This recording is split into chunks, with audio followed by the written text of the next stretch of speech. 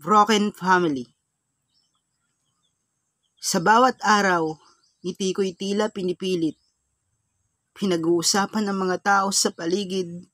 Marami silang tanong kung bakit ganito ang kapalaran ko.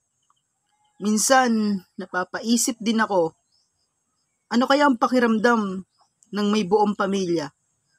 Yung may magulang na yayakap sa'yo at magtatanong, anak, kamusta?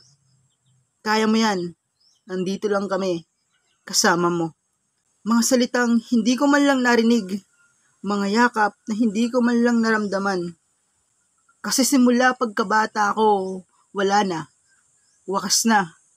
Tapos na ang kwento ng isang pamilya. Hindi katulad ng iba, buong buo pa sila. Kahit hindi na kumpleto ang kanilang pamilya. Marahil, malakas ang loob namin para magawa pa namin ngumiti.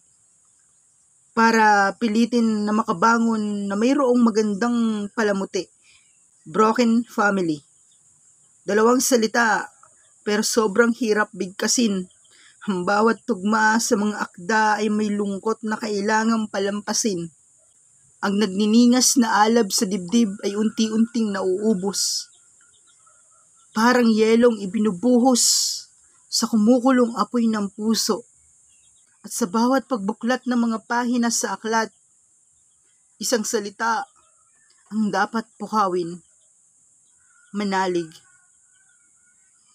Hindi nyo kasi alam ang pakiramdam na iwan ng basta-basta. Hindi nyo alam ang pakiramdam ang iwanan sa kapitbahay. Nagmukha akong walang kwentang bagay na pwedeng iwan kahit saan.